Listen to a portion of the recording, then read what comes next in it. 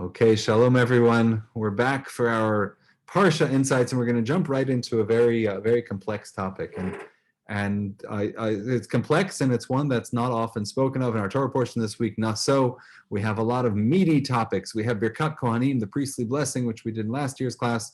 We have the topic of the Nazir, of the Nazarite, who withdraws from many earthly pleasures, including wine and including grape products. And that's something to discuss as well. But this week we're going right into the sota, into the woman who is suspected of being unfaithful. And I'm reminded of the story that Rabbi Shlomo Riskin would tell about a time that he was a scholar in residence at a community, at a very affluent community. He went to be a scholar in residence weekend, and before the weekend, the rabbi asked him, what are you planning on, Rabbi Riskin? What are you planning on addressing this Shabbat? And he said, well, actually, I was thinking of talking about kashrut and the value of kashrut. And the rabbi said, I'd prefer if you avoid that. You know, my major donors don't keep kosher, and I really don't want to set them off, really don't want to turn them off. So choose something else. And Rabbi Riskin thought for a second. He said, I'm going to talk about keeping Shabbos.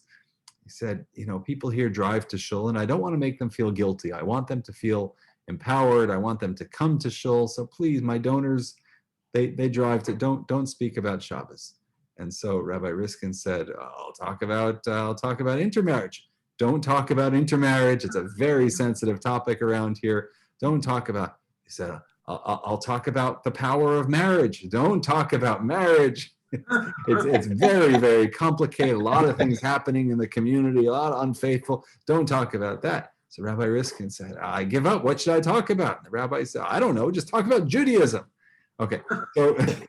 So it's with that story that I preface this conversation, because it deals with a very serious topic of marital fidelity, of the bond that exists between a husband and wife, and when that bond is stressed and challenged, and when the trust is challenged. And I don't want to gloss over this and say that this isn't a very complex issue that many families unfortunately deal with. And I just want to put that out there, because we're going to deal with it on a Torah level. Torah law speaks about what happens in this particular case. It is told from a particular perspective, and that's an important thing to point out as well. It is talking about a husband who suspects his wife, and not vice versa. And that has to do with how halacha is structured. That has to do with how marriage is structured in Jewish law. That has to do with how the Torah is being addressed to a male audience and its language. And I just want to put all that, because we're not going to be dealing with any of that, but I want to be sensitive to all of that, because it may seem at times that this conversation is really coming from left field. So let's jump right in with all of that to preface. Okay, let's jump right in. Vayedaber Adonai Moshe lemor, God spoke to Moses saying, speak to the Israelite people, say to them, any party whose wife has gone astray and broken faith with him. Ma'ala bo ma'al. This language, by the way, ma'ala bo ma'al, is very religious language, as opposed to, I would say, we shouldn't be surprised to find religious language in the Torah, but as opposed to relational language, this is the concept of mi'ila, ma'ala bo ma'al, is relevant within the sacrifices. Right? This is what happens when a person is unfaithful in their sacrifices to God, but it's also used for a woman who is unfaithful to her husband. V'shachav ishota shechvat zera v'ne'elam me'im Hashem. So she has carnal relations unbeknownst to her husband. She keeps secret the fact that she has defiled herself without being forced. There is no witness against her. So basically, to use modern language, she is cheating on him behind his back, but a fit of jealousy comes over him.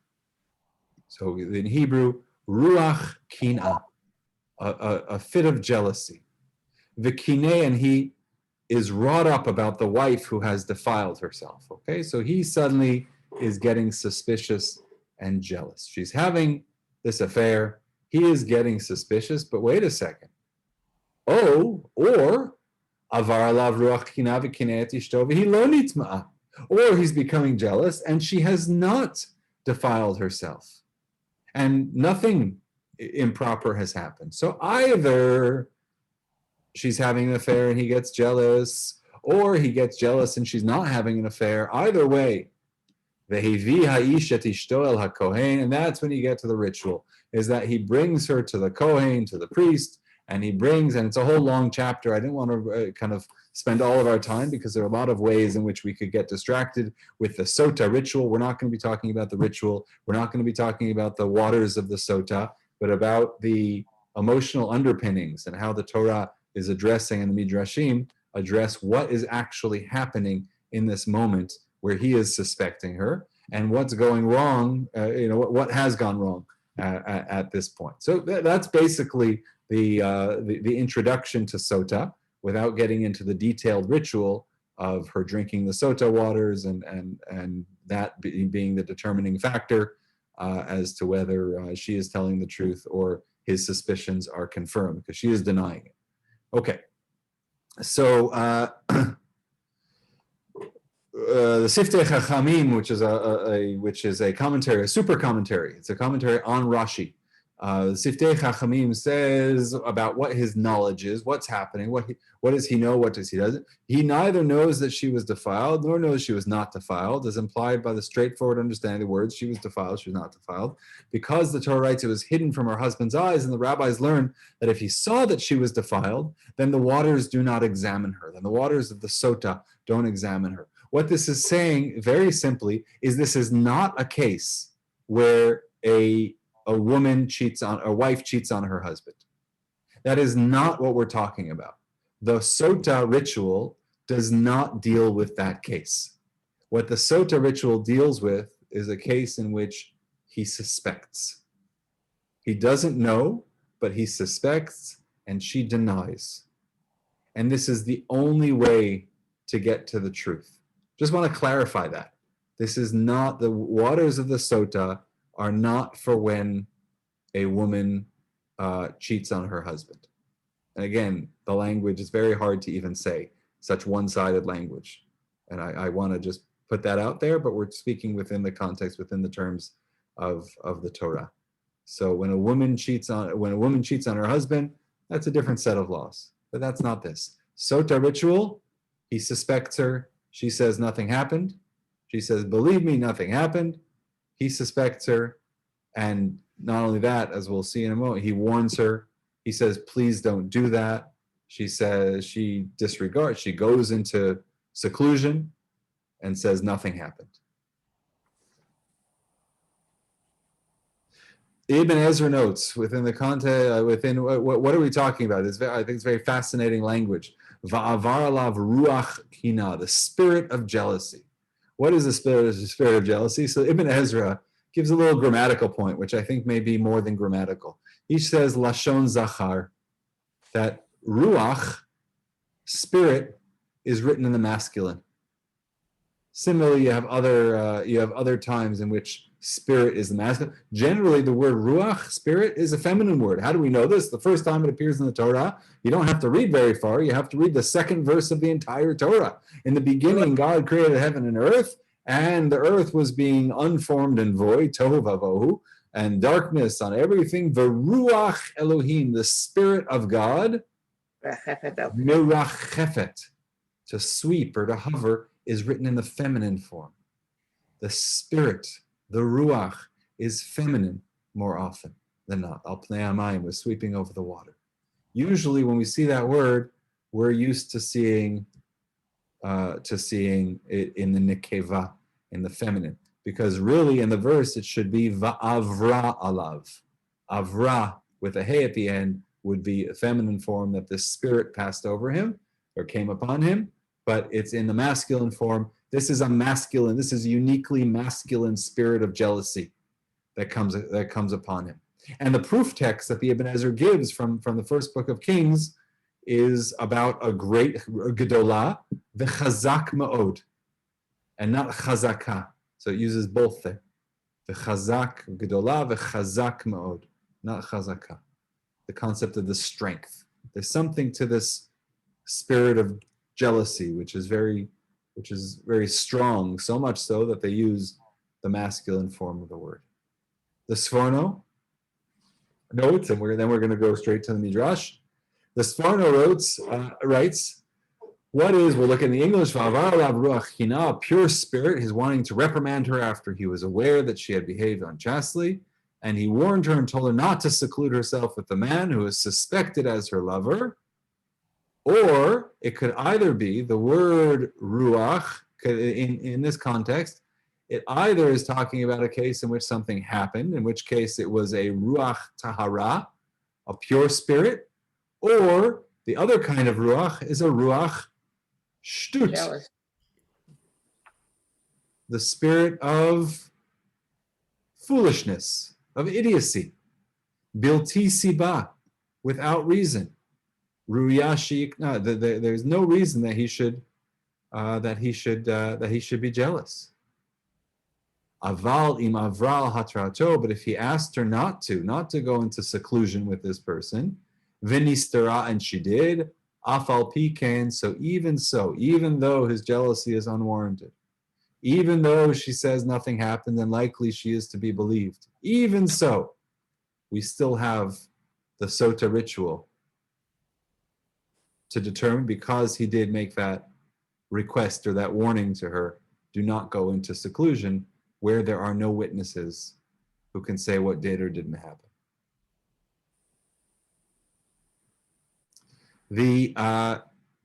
So until now, we've kind of dealt with within the realm of the interpersonal, of what's happening. He's suspecting her, he warns her, and so on. The Midrash is going to take it to a whole different level.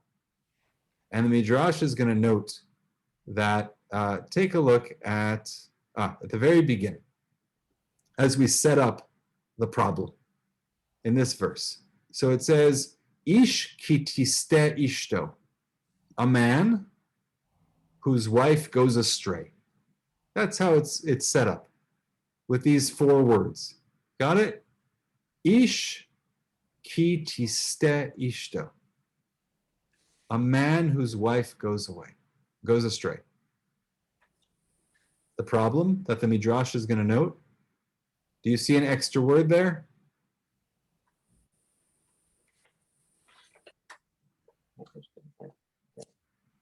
Ishto.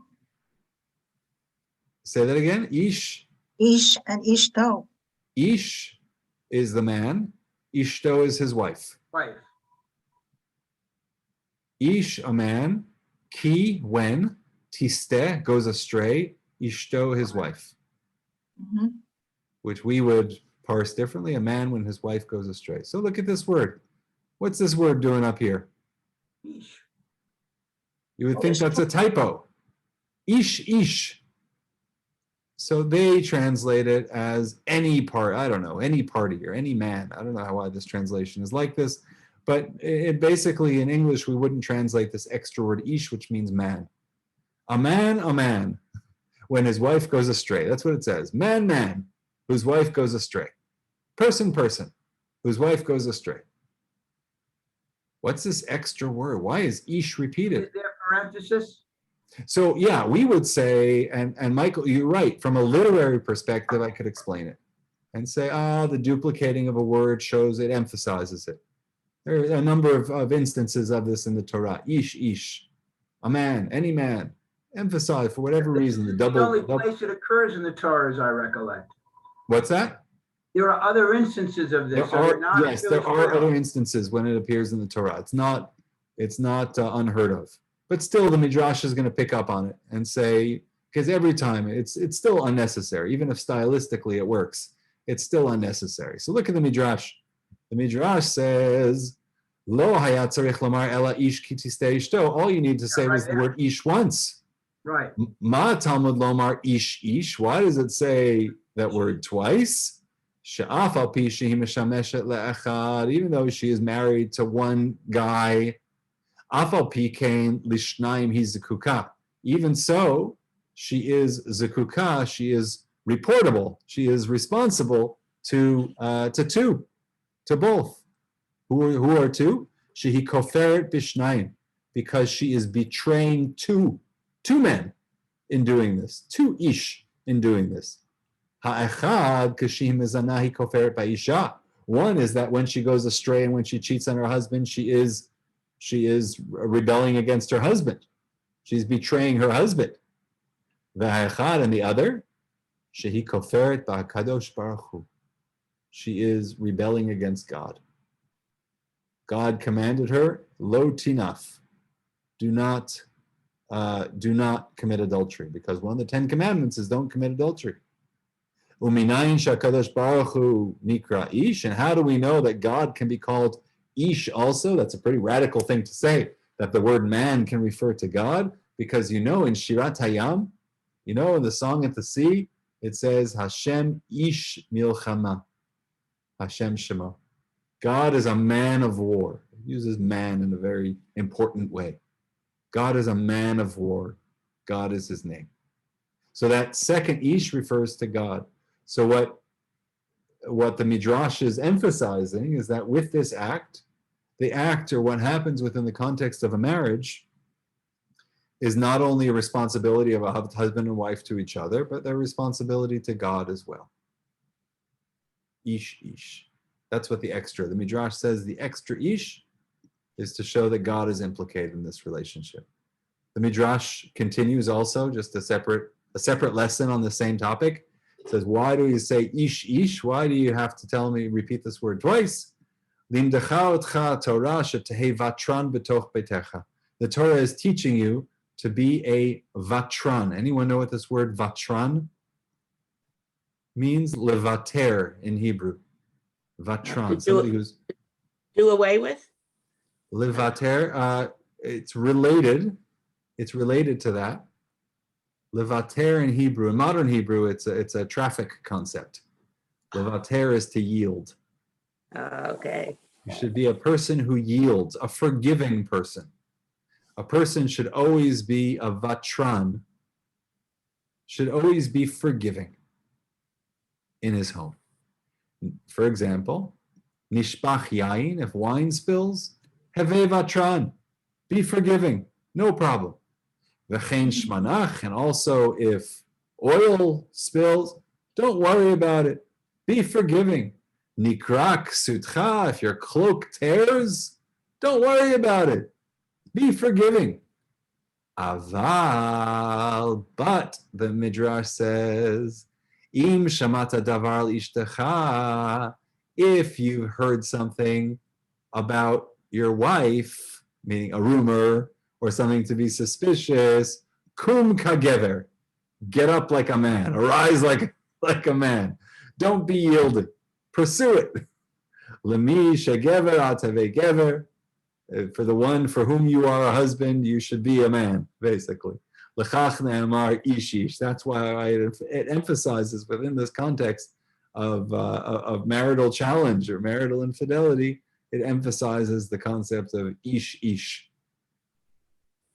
Okay, we're really in the recesses or in the corners of Torah study here, which aren't often illuminated, these midrashim.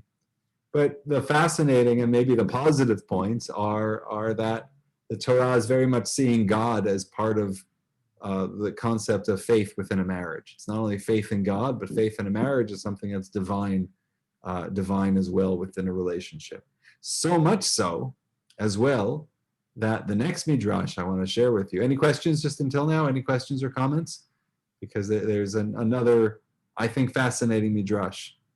I'm a bit confused, Rabbi. Yes. Does it mean that the husband is supposed to be forgiving? Does that So mean the midrash says that a husband should be forgiving in everything, should be easygoing in everything except for marital suspicions. Except for, that's what the midrash is saying. Okay. Should be, your cloak rips, no big deal. Wine spills, no big deal. But with this context, what the Torah is talking about is a person who has the spirit of jealousy come over them. That's the kind of thing that a person isn't forgiving about. That's what the Midrash says.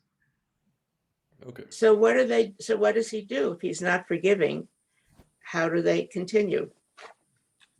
Well, that's what the Sota ritual is for, is to find a path forward to resolve his suspicion. I mean, it should never, there's something, there is something to that about, there is something about never getting to that point where he would bring her to potential death by drinking the Sota waters and so on. Like there's something inherently cruel about the Sota ritual. And that needs to be addressed as well. There's something very dramatic about dragging his wife to the priest and saying, okay, now we're going to resolve my suspicions by making you undergo this extraordinarily unpleasant ritual. And anyway, it's a very difficult. Was the ritual done privately or in public? If this ritual was ever done, I don't know. And the Torah does not say whether it was done one way or another. I don't even want to let my imagination take me there, what it looked like, but it's a very unpleasant thing. Yeah.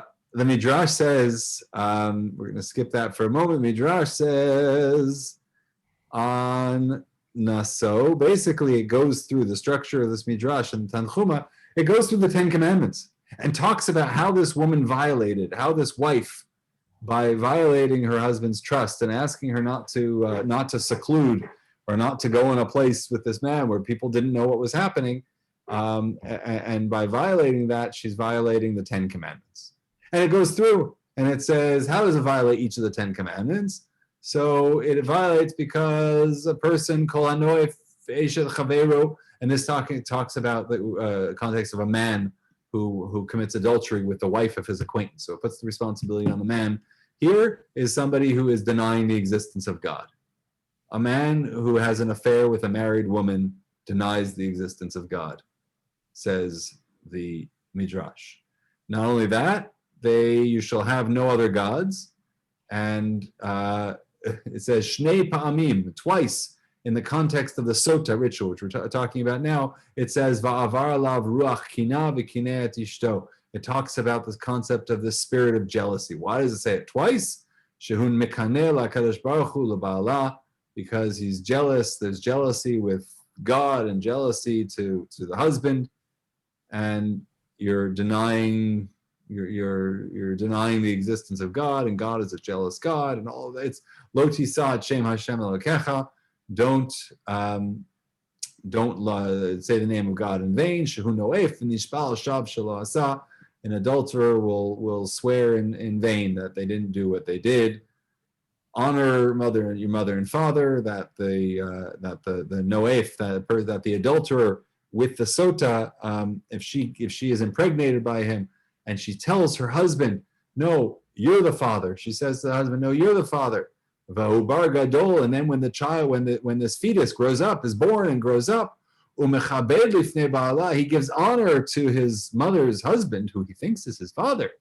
Savor shu aviv ve'eno aviv, but it's not really his father. Va'over bashuk, and he walks in the marketplace and sees lots of people there. Umevazeh tanoef, and he's going to disgrace the adulterer without even knowing who he is. He's not going to give honor to him. Shesavor she'eno aviv, he's not going to know that's actually his father. A person doesn't know who their parent is, doesn't know who to honor.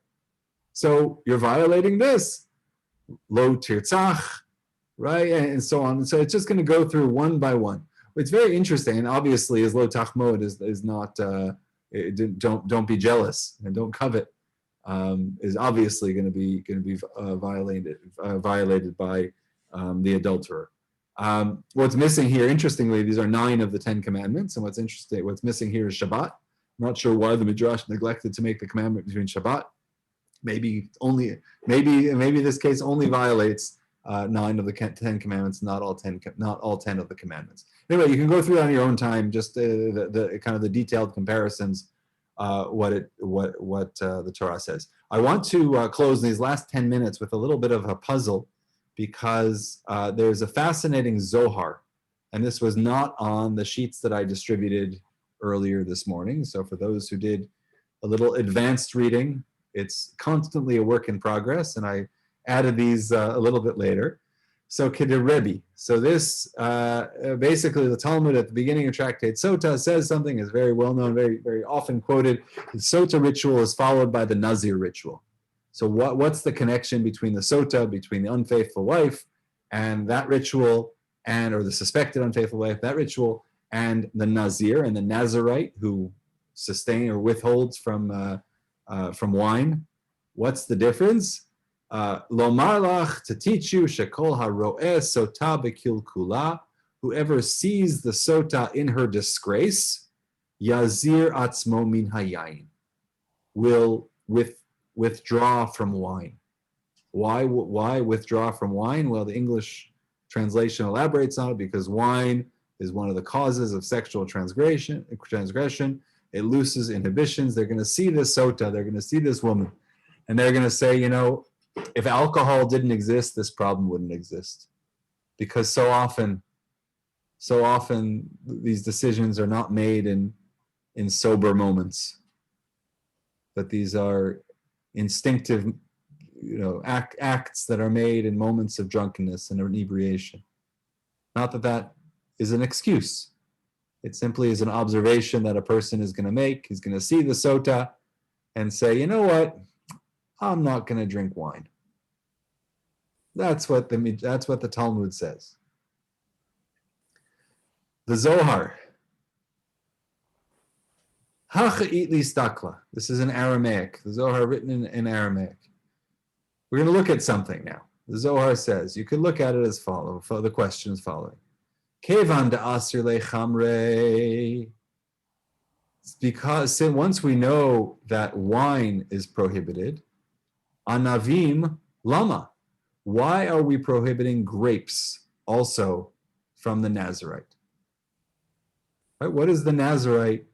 Well, the Nazirite can't drink wine, but also can't drink any grape products. Can't eat grapes. But why should a Nazirite be? We're talking about wine here, not grapes.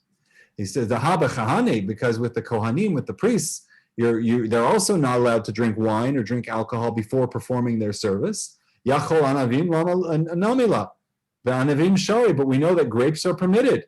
I might think that anytime, if you want to tell me anytime the Torah prohibits wine, it's also prohibiting grapes. That's not true, because kohanim, before they do their service, they can eat all the grapes they want.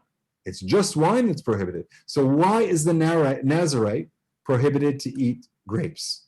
Hachal nazir, my time aser le'anavim. Why is the Nazirite prohibited grapes? Ela ovda da mila da razi lahu.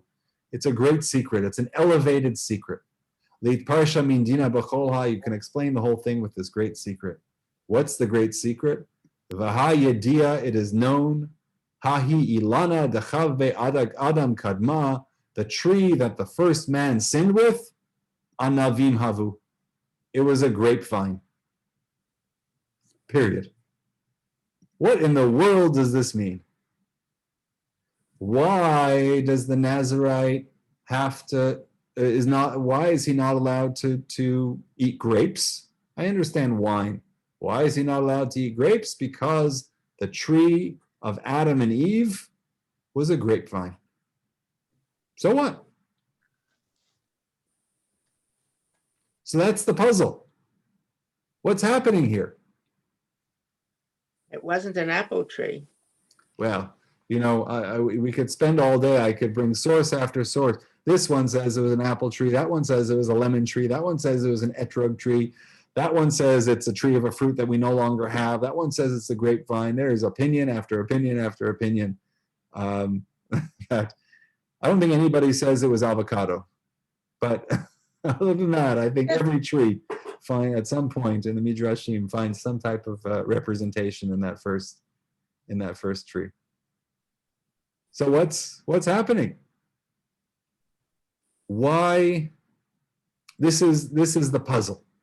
What is it about? So to rework it, or to understand about the Nazirite, you have to kind of take it backwards from the first man. Meaning, once we know that that first fruit was a grape, now we're going to say, so what is the Nazirite doing?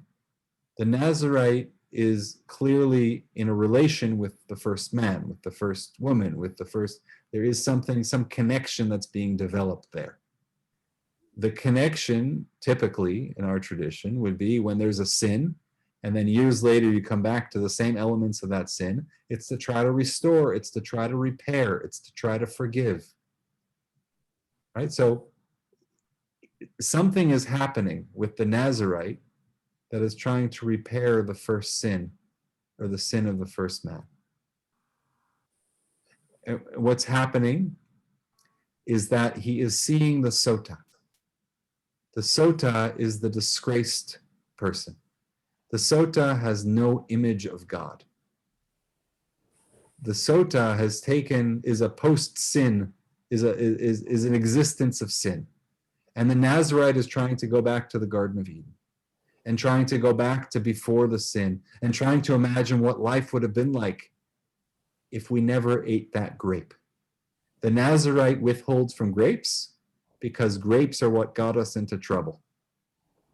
And if we can just go back to the pre-sin existence of the Garden of Eden, then we can repair what happens in life and what happens in the world and what happens with infidelity, where people don't see the image of God in themselves, don't see the image of God in their spouse that makes them sufficiently worthy of faith so that the seclusion would happen and the suspicions would happen. That, I think, is part of the connection that's being made. And just on a Say that again. Just repeat what you just said. Yeah, let me do the last two because it's kind of repeating the same concept, and we'll go back. Because this is the verse that talks about, the verse right after the sota, right after the suspected wife.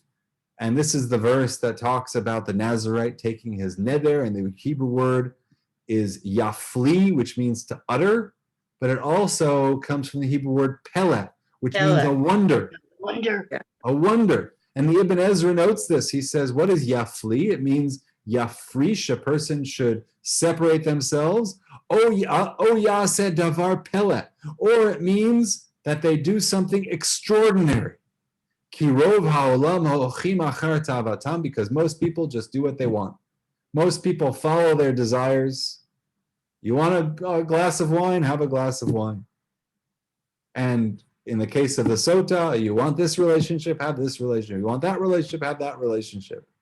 The Nazir is setting an example by a person who has self-constraint, who can withdraw, can withhold from engaging in that sin. That's what the Nazirite represents. Adam is the first man with the ability to say, no, even though I want that, I'm not going to have it because it's not good for me, it's not good for humanity. That's part of the connection that's being drawn between the Nazirite and the sota. Is that the Nazirite... And Adam Rishon. What's that? And Adam Rishon, because he couldn't keep himself away either. Exactly. So in the example that the Zohar is saying, he's aligning Adam Harishon, the first man, with the sota, and saying both are those who could not hold back. And therefore the Nazirite comes as a response to the sota. You would think, on surface level, when the Talmud says that the Nazirite comes after the sota because the Nazirite would see the sota and say, you don't want to get too drunk because that leads to that. The Nazirite is learning a much more fundamental lesson from the sota. He is learning the challenges when a person doesn't have self-control, when a person doesn't have the ability to say, that is not good for me. And what the Nazirite does is exhibit self-control to an extreme. And even though wine is not evil, wine is part of our rituals, the Nazirite says, for a certain period of time, I am completely withdrawing from that.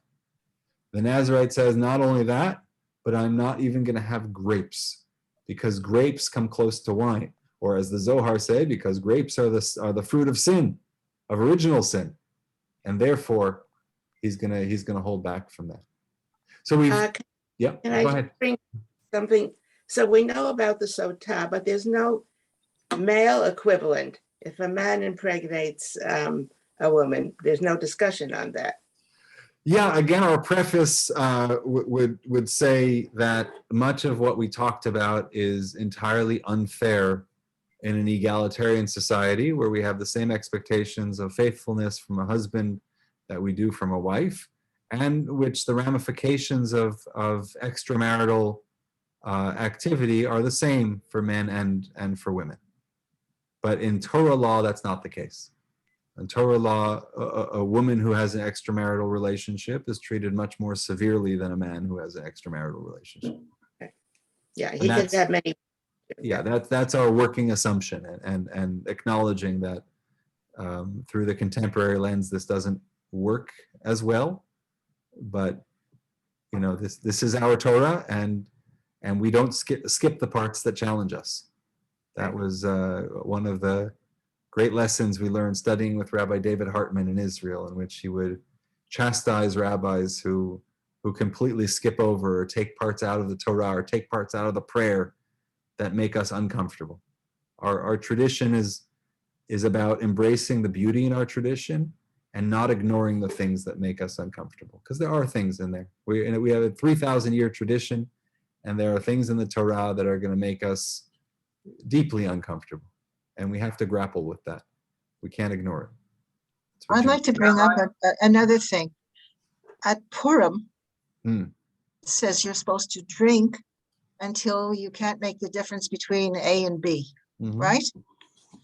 I wonder if that's a time when problems between men and women could occur and be, then there's no discussion. Yeah, Purim is a very complicated topic. Getting drunk on Purim is a very complicated topic. The Talmud, which says that a person is obligated to become inebriated until they don't know the difference between Baruch Mordechai and Aror Haman, is immediately followed by a story of rabbis who get drunk and one slaughters the other. So Right. it's not a ringing endorsement of getting drunk on Purim, and there is a very conflicted relationship with drink on Purim, to the point that many commentators suggest that one should drink enough that it would make a person slightly drowsy and take a little nap, and that's drunk. Nobody ever, the sages never envisioned drunken teenagers wandering around neighborhoods and vomiting and becoming drunk to the point that it becomes not menschlich. That was never the intent of Purim, and anyone who gets drunk to that point is not only violating the spirit of Purim, but the spirit of Judaism as well. I just had to bring it up. Thank you, though. Okay, wonderful. We're a few minutes over, but thank you all for joining us, for being part of this fascinating discussion. We'll see you next week. Thank you. Same very channel, much. same time, and wishing everybody a Shabbat Shalom. Toda rabah. Thank you. Shalom. Thank you for bringing all the sources. Bye-bye. I enjoyed all the sources, how they fit together like a puzzle. Thank you, Sam. I enjoyed putting them together. Thank you.